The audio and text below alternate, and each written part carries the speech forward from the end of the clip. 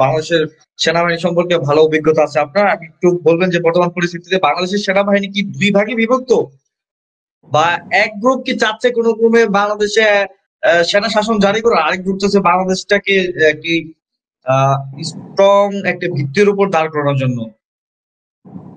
আপনার কোশ্চেনের ফার্স্ট পার্টটা বুঝিনি আমি।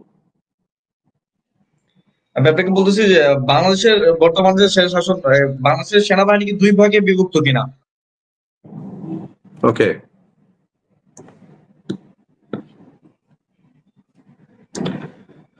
বাংলাদেশের সেনাবাহিনী একটাই, এবং এই সেনাবাহিনী খুবই ইউনাইটেড।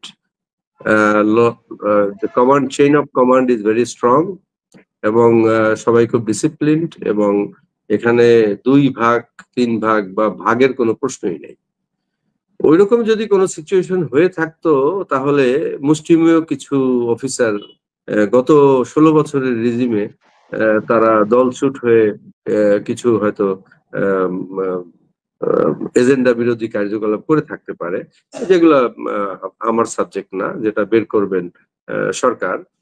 বাট বর্তমানে আমি আপনাকে বলতে পারি 5ই আগস্ট বাংলাদেশের যে এত সংক্ষিপ্ত সময়ের মধ্যে এত বড় স্বৈরাচার সরকার যে দেশ থেকে চলে গেল, যদি আমরা বলি স্বৈরাচার, এগুলো সবাই বলবে কি কি হয়েছিল না হয়েছিল।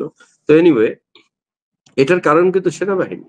আপনার সেনাবাহিনী যদি সত্যি দেশপ্রেমিক না হতো তাহলে কিন্তু এখানে বড় সম্ভাবনা ছিল সারা দেশ ব্যাপী একটা গৃহযুদ্ধ হওয়ার। তো বাংলাদেশ সেনাবাহিনী সঠিক সময়ে সঠিক সিদ্ধান্ত নিয়ে জনগণের এবং ছাত্র জনতার পাশে দাঁড়িয়েছিল বলেই কিন্তু এত দ্রুত বাংলাদেশ একটা মুক্তি লাভ করেছিল। এটা কিন্তু ভুলে যাওয়ার কোনো উপায় নেই। বাংলাদেশ সেনাবাহিনী, আমি একটু বলে দিই, বাংলাদেশ সেনাবাহিনী আপনার এই যে 5ই আগস্টের যদি বলেন বিজয়, সেটার সবচেয়ে বড় stake holder, one of the big stake holder, এটা আমি বলবো।